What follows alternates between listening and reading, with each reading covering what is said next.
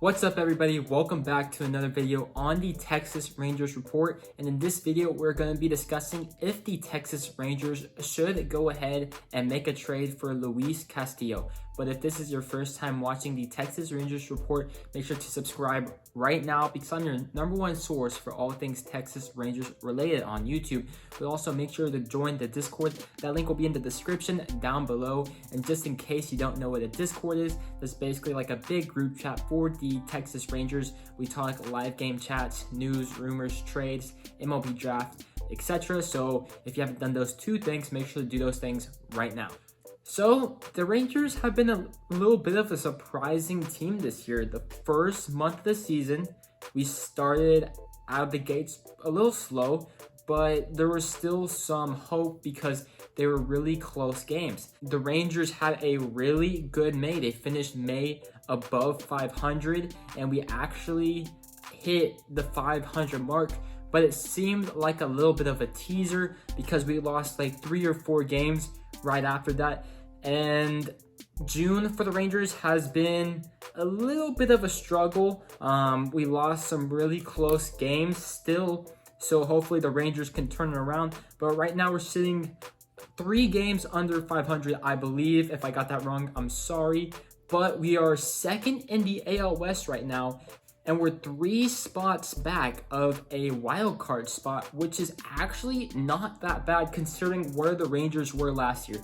Obviously, if you're saying like, oh my God, they're doing so bad since they're below 500, you have to take it into context from where they were last year and say like, okay, they are slowly but surely improving. And this start to the Rangers season reminds me so much of that Cole Hamels season where the Rangers were sitting around 500 all year and still around 500 around the trade deadline, and then they make the trade for Cole Hamels. That gets them above 500 and makes them the top team in the AL West, and it gets them to the playoffs. If you trade for Luis Castillo, that could be a similar deal. But let me go over the logistics for you guys. Obviously, Luis Castillo, first and foremost, is an ace. And the Cincinnati Reds aren't going to trade him for cheap at all. Just like the Rangers did last year, we are a rebuilding team. So we traded our best chip, which was Joey Gallo. And look what we got in return.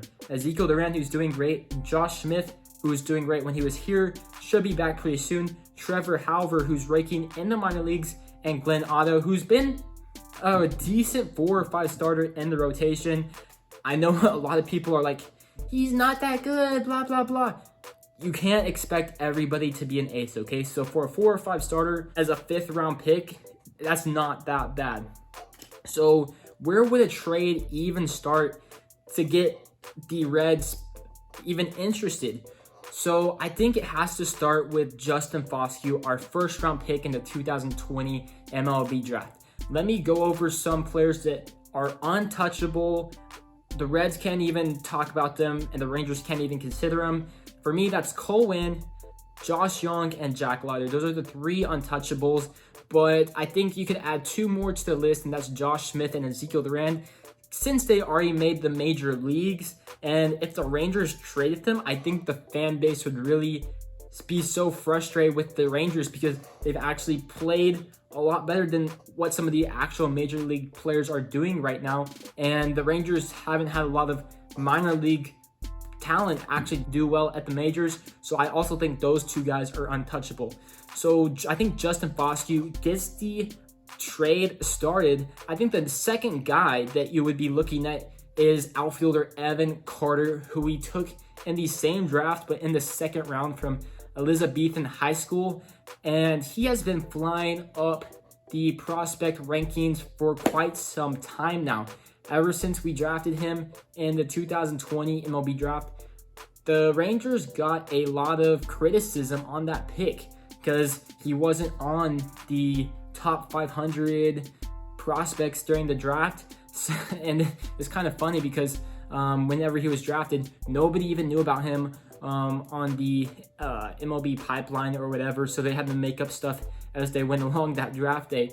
But he looks like, Evan Carter looks like he could be a 5-tool guy. He's already at high A Hickory. He's 19 years old, so he's a lot younger than all the talent that is at high A Hickory, and he is raking. He's shown a little bit of power, but I don't think he would be like a 30 to 40 home run guy, probably somewhere around the lines of 15 to 20. But the thing is, he plays great defense. He has control of the strike zone. He gets a lot of walks, and he's fast. His power is not really his calling card, but he has a decent hit tool, and he draws a lot of walks. He is definitely could be a top 100 prospect next year. And remember, Justin Foscue is already a top 100 prospect. So I think that gets you close to a deal. And then the third guy, this could be a toss-up between, you definitely need to throw in a pitcher here because the Reds need a lot of stuff. So I definitely think they would want a pitcher. I would throw in Owen White. Some people might say that Owen White is a better prospect than Cole Winn because he's pitching better. But remember, Owen White is only in high A Hickory. Cole Winn is, granted, they're the same age, and Cole Winn is in AAA. So take that with however you would like that. I still have my hopes on Cole Winn. I do like Owen White. They both have their pros and their cons. They both have high potential as well, but I think the floor is better for Cole Winn than it is for Owen White. So that's why I would throw him in. I do think he is the Rangers' third best pitching prospect, but I like the safety and security that Cole Winn can give you, and he could be at the major leagues this year. If you potentially trade Martin Perez, you never know which route the Rangers could go, and then you have that guy, Cole Winn, to replace Martin Perez. So that is a lot of prospects. I think it would only take those three guys. You never know if the Rangers would go more quantity over quality or how the Reds would want that. But I think it would take Evan Carter, Owen White, and Justin Foscue. All those guys are in our top 10. So that would be a big chunk out of our farm system. But our farm system has been getting better. We have a number 3 pick in the draft this year. So that could help complement giving up these guys. But would I do this trade personally? No, I don't think so. Yes, Luis Castillo is having a good year with a 3.23 ERA and a 3.32 FIP, and his baseball savant numbers are looking really good with his fastball velo in the 88th percentile, his barrel percentage in the 84th percentile, and his chase rate in the 71st percentile.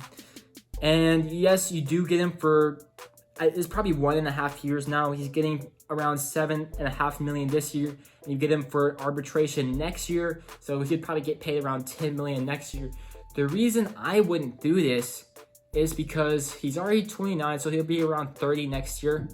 One, there's no guarantee you're going to get him to a contract extension.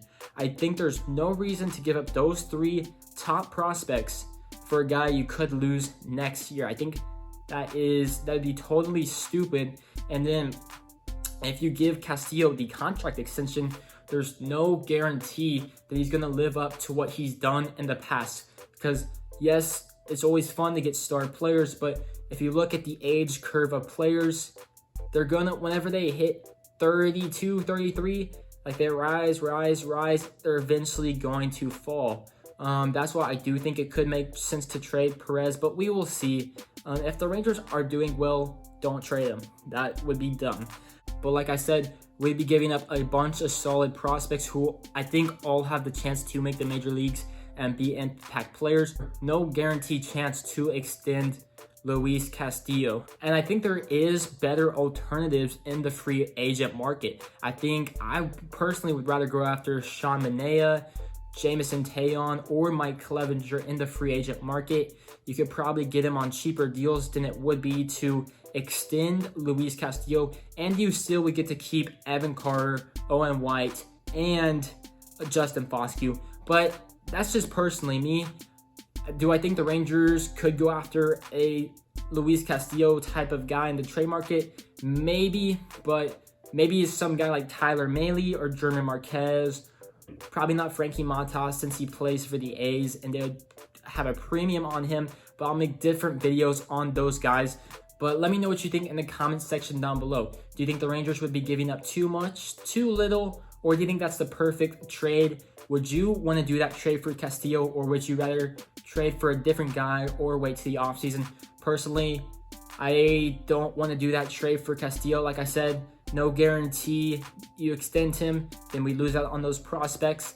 And no guarantee when you extend him, he lives up to that contract that he just signed. And I'd personally rather go after those other guys in free agency like Clevenger, Jameson Taillon, and Chaminade. Kind of those similar contract styles that we've done in the past with John Gray, Kyle Gibson, Mike Minor, and Lance Lynn, and those have seemed to pan out for the Rangers. So let me know what you think in the comment section down below. If you liked the video, please give it a thumbs up because that really helps out with the YouTube algorithm. And with that being said, I'll see you on the next one. Peace.